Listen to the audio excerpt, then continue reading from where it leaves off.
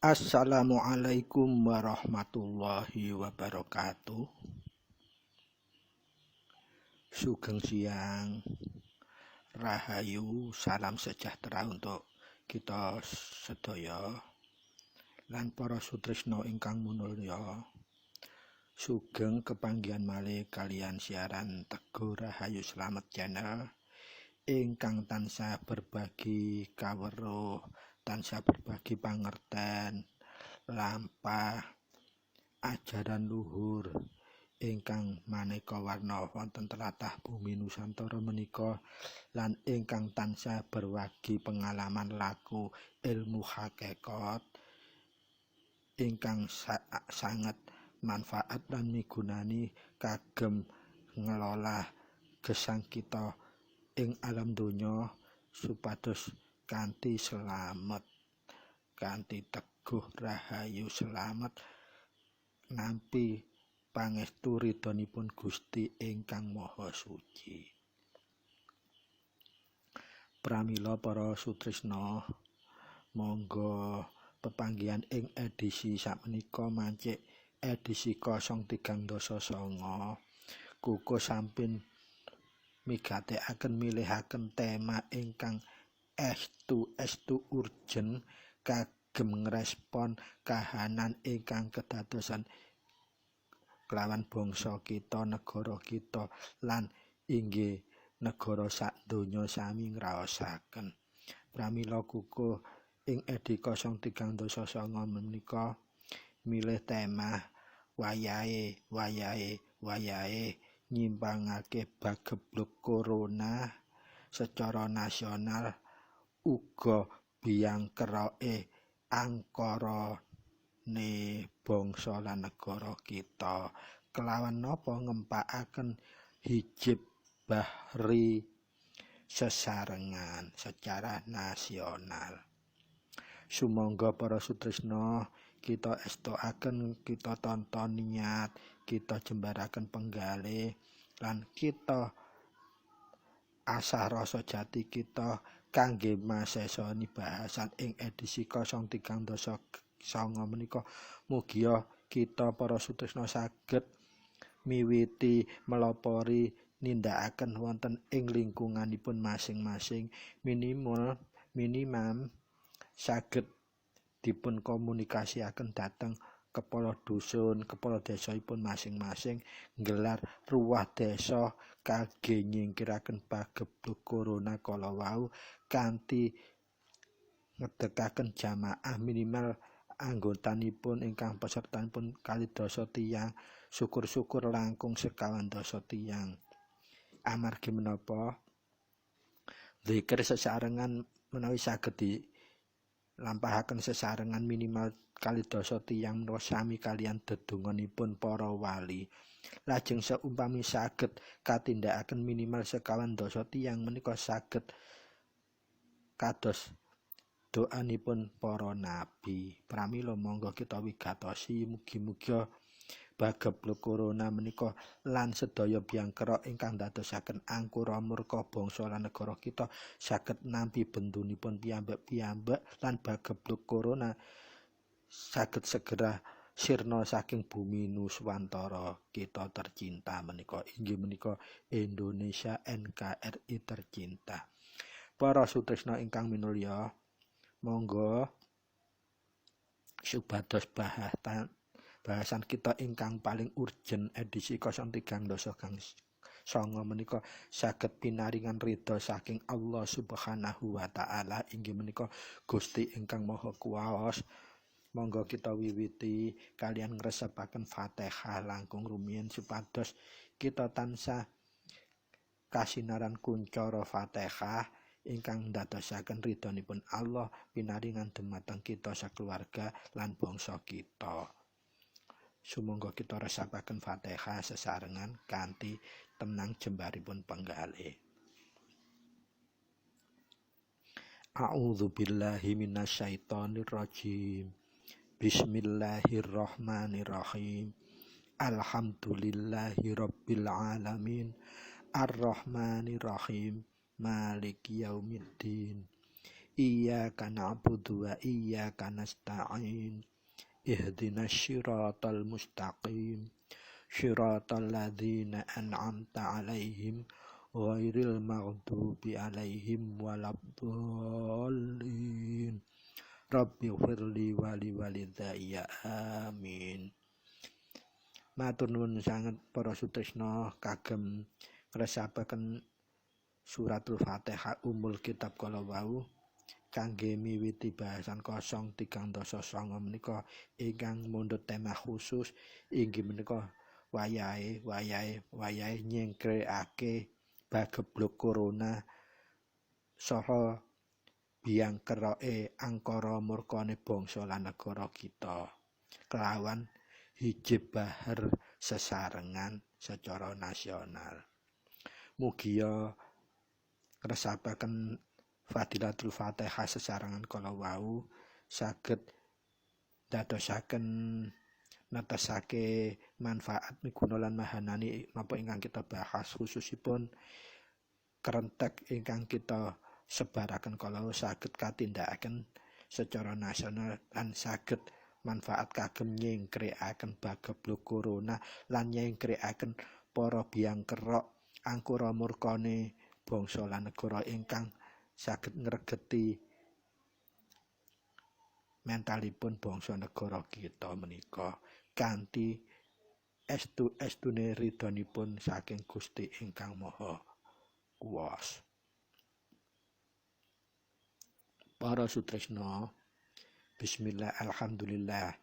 Ilahi anta maksudi wa ridhaka matlubi a'tini muhibbataka wa ma'rifataka la haula wa la quwwata illa billahil aliyil azim.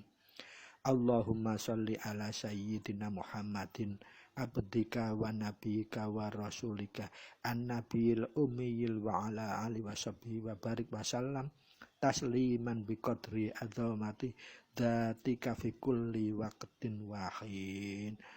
Shadaqallahul azim amma ba'du.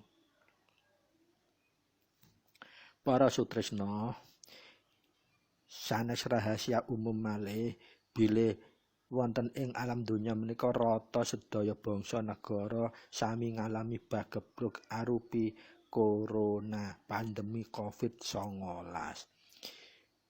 Kosok wangsule ugi negara bangsa kita inggih tasih terbelenggu corona, bahkan wonten ing kondisi paling akhir menika mutasinipun macem-macem tur nggegirisi. Esuk kena, sore tilar, sore kena injingipun boten wonten. Lajeng kahanan menika tasih dereng wonten titik terangipun. Lah parahipun memprihatinaken menika para oknum elit politik sakmenika sampun berlomba-lomba damel drama sandiwara politik namung mikir nebar pesona nebar citra kangge rerebutan gegayuhan mangke era politik 2024 padahal kondisi bangsa lan negara tasih kados mekaten menika estu memprihatinaken. Lah menawi mboten wonten ingkang miwiti mempelopori ngemutaken membuat kritik saran gerakan ingkang nasional kagem masketani keprihatosan kala wau nggayuh kawelasipun Gusti ingkang Maha Kuwasa. Kapan mangke bagebluk menika sumingkir lan kapan mangke biang keroke regete negara lan bangsa terutama ingkang ditindakake para oknum elit politik ingkang saya merajalela hanya mikir pribadi lan kelompokipun menika itu sampun melampaui batas zalim sampun. Pramila kita menika warga negara biasa alit boten saged bertindak napa-napa namung saged lah menika bentuk jamiyah dikrul damel hijab bahar. Keranten hijab bahar menika manfaat gunanipun ageng sanget kagem hajat napa mawon khususipun hajat impang ageng lan gegirisi kados corona lan tumindak para oknum ingkang sampun kebablasan kala wau. Nah, lajeng bagebluk corona menika wanci saya dangu saya meksa ngelus dada kita sedaya amargi saya ora lerem, sebalike saya mutasine malah sulit bisa dideteksi. Inggih kados kuku aturaken kula isuk kenek sore mati, sore kenek isuke tilar. Lah menika napa tambah edan gitu. Akibate para masyarakat ekonomi ini semakin ewet.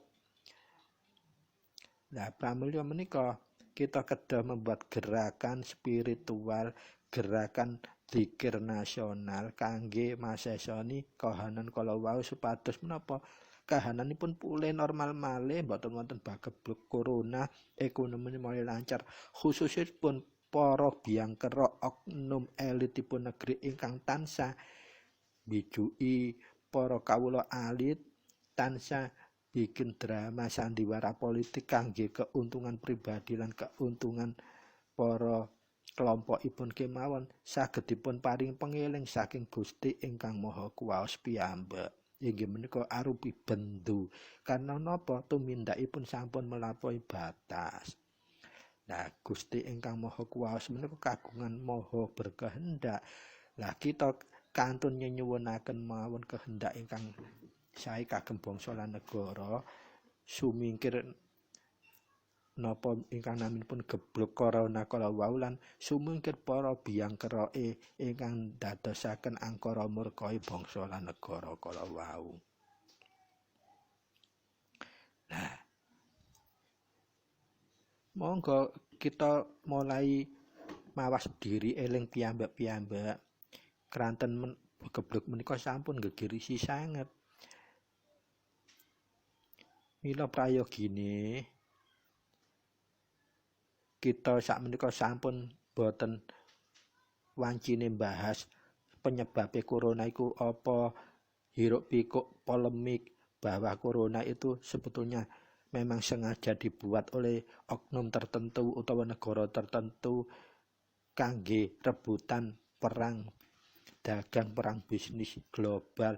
Lah menika sampun boten area dominasi kita sagedipun langsung nyunggake mawon Gusti ingkang Maha Kuwaos piyambak supados paringi pangasih dhateng kita bangsa kita khususipun segera corona kalawa dipun icalaken lan biang kerok ingkang regeti bangsa negara ingipun paringi bendu piyambak. Wanci kita menawi emut jalan zaman alitipun kita menawi wonten bagebluk menika malah para pemuka mboten mikir dirine pribadi langsung ngobrak-obrak ing perangkat mulai tingkat RT RW kepala dusun kepala desa sami ngerakaken warganipun nindakaken inggih menika barian menawi cara biyen bancaan kangge nyingkiraken bagebluk utawa bancaan kangge ngruwat desa, dusun, lingkungan. Lah, kegiatan menika arupi napa? Arupi dedonga sesarengan.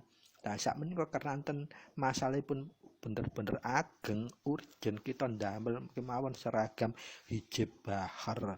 Lajeng tata caranipun dos pundi? Monggo kita bahas piyambak-piyambak setunggal demi setunggal. Lah sak menika bedanipun wis suasana kaya ngene malah dipolitisir oknum-oknum ingkang tidak bertanggung jawab dimanfaatkan kagem gelut kepentingan politik piyambak-piyambak dados menawi pemangge kukuh priyantun ingkang kados kala wau di saat negara bangsa kados terpuruk kados menaken isih gelut urusan politik dua-duanya insyaallah klebu golongan ingkang awon. Dados mboten kenging dipilih dua-duanya.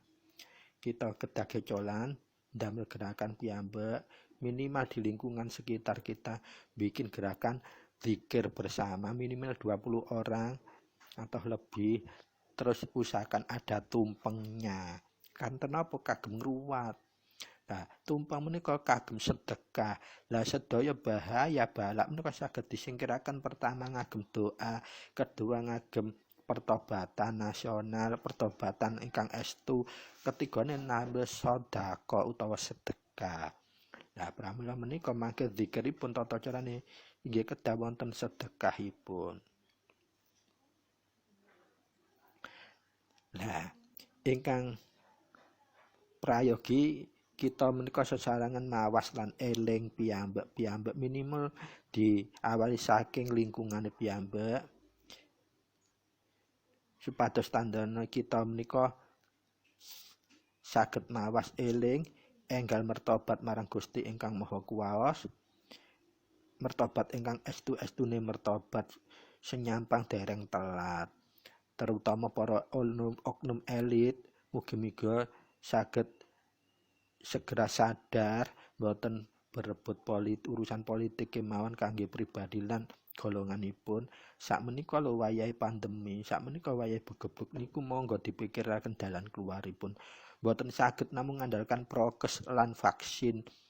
Soalipun prokes utamine vaksin mangke ujung-ujunge mangke rentan berpeluang muncul masalah ing tembe mburine. Inggih menika masalah korupsi panjenengan titeni kemawon lah kados ingkang sampun kedadosan ing Kementerian Sosial kados kala wingi bantuan sosial ternyata ujung-ujunge rentan dadi masalah korupsi. Vaksin nggih mangke insyaallah nggih ngaten ujung-ujung wanci muncul kasus korupsi mangke panjenengan titeni to. Atur kukuh kala wau. Lah ingkang prayogi monggo mriko kita segera wawas bilih sakmenika ingkang Maha Kuwasa menika sumangga kita rebut supados welas lan asih. Sebabipun ing donya jagat kita sakmenika secara global artinya napa? Pun mendunia sak donya, manungsa sak donya lagi angsal cecobi saking Gusti ingkang Maha Kuwasa.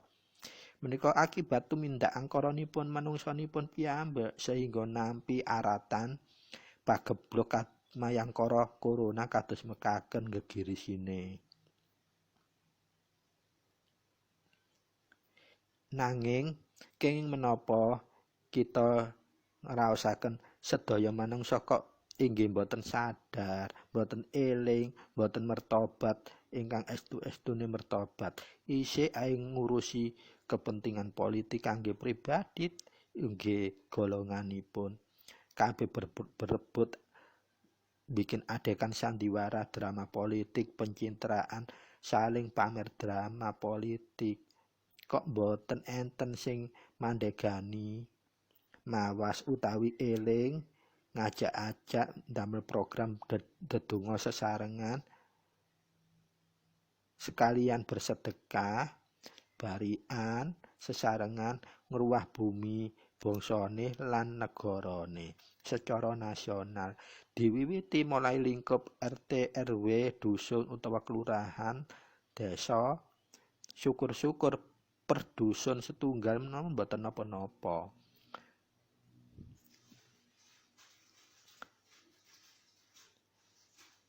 Inggih kosok wangsulipun ing tingkatan pemerintahan inggih kok inggih tasih mendel-mendel mawon hanya ngurusi prokes lan vaksin kemawon.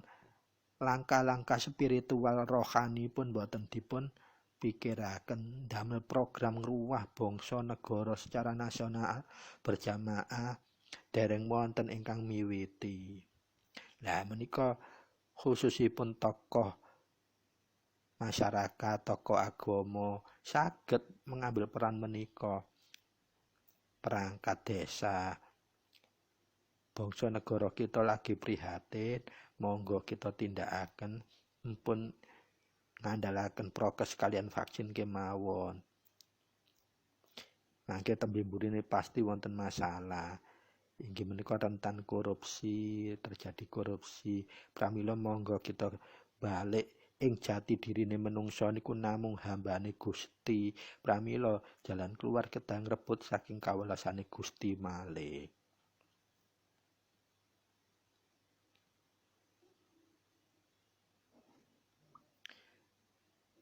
Lajeng dos pundi cara nindakaken gerakan kala wau sumangga khususipun para pemangku pemerintahan ing paling ngandhap inggih menika lurah utawa kepala desa miwiti majibaken per kepala dusun ndamel gerakan jamaah kala wau. Inggih menika kita nindakaken kalian zikir hijab bahar menika hijab paling ampuh kangge mungkasi sedaya masalah ingkang ageng. Keranten menika sampun terbukti wonten jamanipun para auliya ing saantero donya mulai Syekh Abdul Qadir Al-Jalani, Imamul Ghazali, Syekh Abi Hasan Asy-Syadzili lan para wali-waliullah ing rikala semanten sedaya kathah ingkang sampun nindakaken hijab bahar menika kagem nyingkiraken masalah ingkang ageng. Tata carane nggih sesarengan kala wau. Inggih kosok wangsulipun wanci para sutresna dos pundi caranipun gregah numindakaken dedonga sesarengan kala wau. Lah menika kedahipun sedaya warga negara baik yang agama Islam maupun non Islam. Ingkang agama Islam monggo panjenengan miwiti ngguyubaken per masjid-masjid, per musala, per langgar. Menawi ingkang lintunipun muslim ingkang wonten gereja, per vihara, per pepunden, per perapatan kados 17-an nggih saged sae menika. Menawi bondonipun kabotan per rumah tangga membawa takir 2 takir atau 4 takir mangke dipurak sesarengan. Nanging wanci barian menika kedah syaratipun kedah wonten nasi sekul ulam endog senaosa endoke dipecah dadi loro utawa dadi papat ora apa-apa. Terus ana tahune, ana tempe, ana kulupe. Ingkang utama kulupe kedah wonten kluwehipun. Lajeng dipun paringi pala pendem jajan pasar sak wontene. Pokokane wonten macem-maceme kala wau. Kenging napa kedah wonten komplit kados kala wau sedaya wangsul malih menika sedekah, sedekah mangke dipun nikmati sesarengan. Bibar didongani didhahar sesarengan. Nah, menika panci mujudaken geguyupan rukun sesrawungan kaping kalih inggih geguyupan kagem masesani masalah ingkang ageng sesarengan.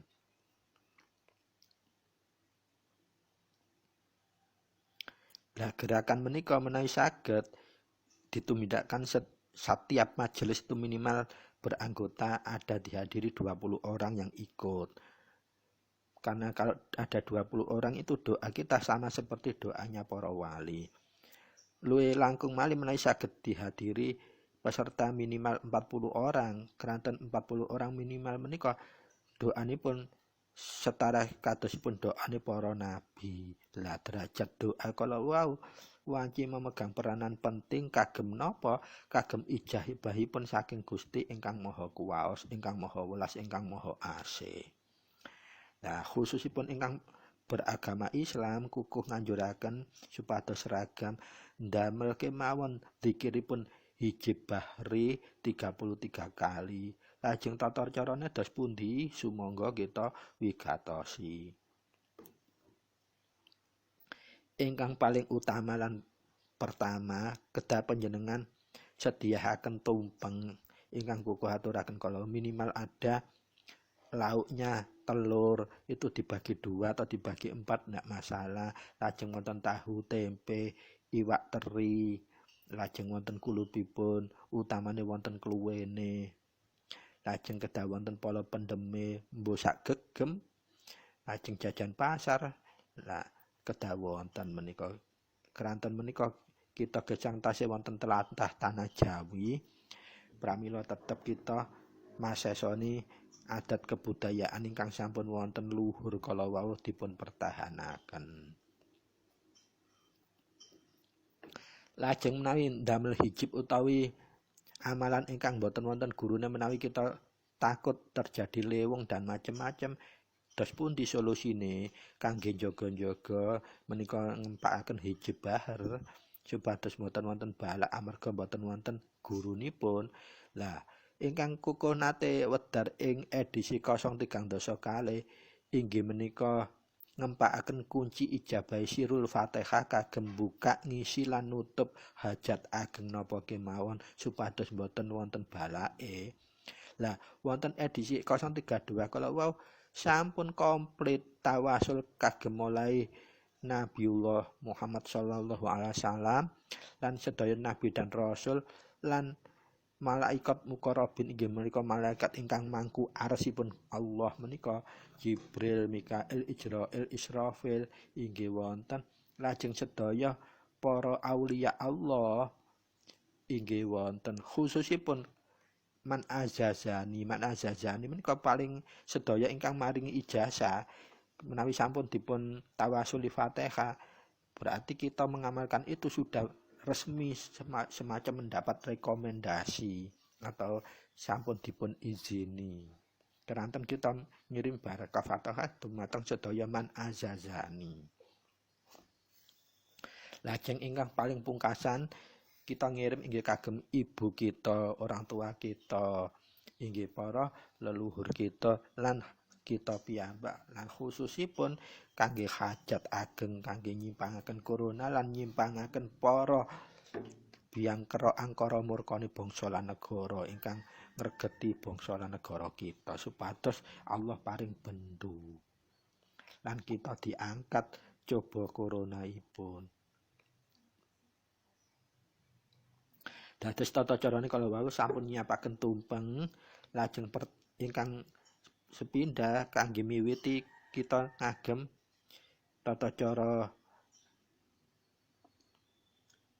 ngempakaken kunci ijabah sirul Fatihah ingkang wonten edisi 030 kalih monggo panjenengan pirsani mangke. Lajeng ingkang nomor 3 nih sabibaripun kita tawasul komplit Fatihah yang terakhir kangge Man Azazani ingkang ketiga nih kita kedah maos ayat kursi sesarengan 7 kali. Lajeng nomor sekawan nih bibari ayat kursi 7 kali kita ngungel sholawat Nabi 33 kali sesarengan. Selawat ingkang pendek kemawon sallallahu ala Muhammad kemawon cukup. Amargi napa mangke hiji bahri kita waos inggih 33 kali radi panjang.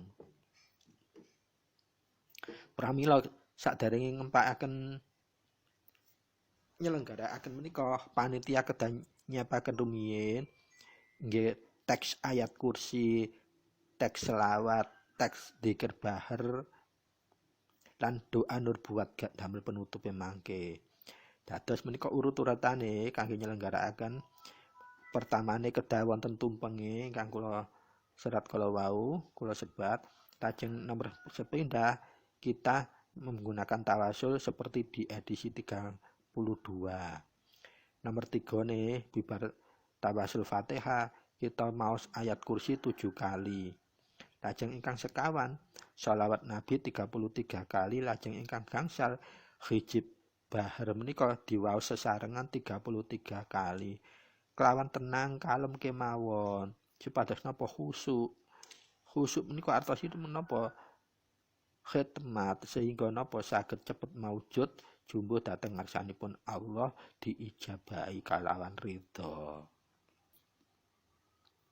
Lajeng sabibaripun dzikir bahar ditutup kali doa nur buat sebanyak 7 kali diwaos sareng-sareng. Dados menapa teks-teks menika kedah dipun siapaken fotokopi inggih menika tawasul Fatihah monggo dipun ringkes piyambak ingkang 032 namung menawi mboten pitung tawasul ditulis lajeng difotokopiaken ingkang kaping kaline ayat kursi dibaca 7 kali lajeng sekawanipun sholawat Nabi 33 kali gangsalipun dzikir bahar kala wau hiji bahar lah niki radi panjang pramila wonten foto kedah difotokopi penutupipun doa nur buat 7 kali. Nah, menika kedah dipun fotokopi sejumlah peserta yang hadir yang ikut. Nah, menika tugasipun panitia. Lajeng sabibaripun ditutup kalian doa nur buat menawi saged kukuh saranaken sadipun dereng dimulai pramila menika majelis ingkang mubarak, yang punya hajat-hajat di rumah, yang badannya lagi nggak enak, terus di rumah banyak aura yang nggak nyaman di rumah dan sebagainya. Monggo panjenengan sediakan air putih dalam gelas aqua, ditaruh di depan atau di tengah. Panjenengan buka tutupipun ben mangke saat jamaah dikirakan sedaya menika fadilah gaibun pun masuk ke dalam botol mangke, panjenengan pundhut malih kagem napa minum sekeluarga. Insyaallah menika wonten fadilahipun, fadilah keutamaan sedaya ingkang diwaos kala wau. Sehingga napa bisa mengatasi juga perihal yang ada di rumah juga. Keranten sak menika kuwatah perihal-perihal gaib yang tinggu tulinan sehingga pating semrawut nyemblambar. Nah, caranipun nggih kalau wau setiap majelis yang mubarak, kalau kita menyediakan air ditaruh di tengahnya saat dibacakan sampai penutup baru kita ambil. Nah, itu sudah terisi magi gaibipun. Nang sedaya sampun pinaringan restu inggih menika ridhoipun Allah sehingga menawi toya kalawau dipun nginum wonten fadilah gaibipun. Pramila para sutresna, sak bibaripun ditutup kaliyan nur buat menawi kita nyalap toya ing botol aqua lajeng dipun bikak ditaruh di tengah-tengah. Monggo sedaya panitia disarankan seperti ini, teman-teman yang hadir atau peserta masing-masing membawa air putih untuk dipakai dibawa di rumah untuk minum sehari-hari sekeluarga supaya kita terhindar dari energi negatif.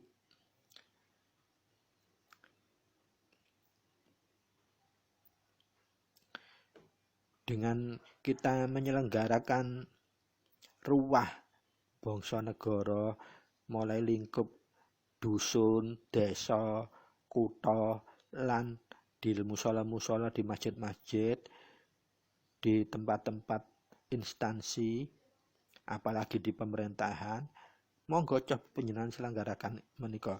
Kukuh yakin pasti bagebluk corona akan berlalu. Dan keajaibannya malih para oknum yang ngregeti bangsa negara akan menerima bendunya satu persatu. Insya Allah menika hak. Keranten kita mengamalkan hijab bahar menika sangat utama, sangat fadilahipun. Luar biasa sangat. Pramila monggo para sutresna kita wigatos kita wasesani ing edisi 03.9 menika saged ditindakaken secara nasional. Monggo para elit politik, para pemimpin mulai para kepala desa, para bupati, wali kota, monggo panjenengan tindakaken menika. Insyaallah corona akan berlalu. Kalau kita hanya mengandalkan prokes dan vaksin, menika hanya penalaran akal pikir manusia. Rencananya manusia tidak sekuat dengan fadilah yang diberikan dari ridhonya Allah.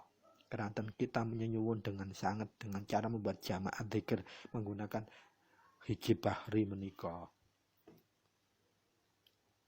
Pramila para sutresna monggo kita wigatosi keranten menika wanci estu urgen kahananipun bangsa negara kita lagi kenging bagebluk corona COVID-19 menika lan tatanan bangsa negara kita lagi tercabik-cabik. Kerukunane sak menika kemunafikanipun merajalela. Para elit tidak ada yang rukun, hanya berbosa basi, saling menikam, saling menikung. Mugia menika Allah paring bendu, paring sedaya oknum ingkang berbuat angkara murka kala wau biangkroke mugi-mugi paring bendu rumiyin. Sehingga menapa katentreman bangsa negara kita saged kawujud lan bagebluke inggih sumingkir. Mila materi ing edisi 03.9 menika kukuh keranten sampun cekap. Mugi saged netosaken manfaat guna lan mahanane dumateng gesang kita sekeluarga lan khususipun bangsa negara kita ingkang lagi kacobi dening bagebluk corona lan kacobi dening kesatuan persatuan bangsa lagi rawan. Mugi-mugi Allah paring ridha nyelamataken kita sedaya saking pagebluk lan nyelamatkan bangsa negara kita saking kertaan persatuan kesatuan menika. Kirang langkungé nyuwun gungi pangaksami, matur nuwun sanget wigatosipun, mugi kita kepanggih malih ing edisi saklajengipun inggih menika edisi 012 saklajengipun. Billahi taufiq wal hidayah. Assalamualaikum warahmatullahi wabarakatuh. Rahayu, rahayu, rahayu. Matur suwun.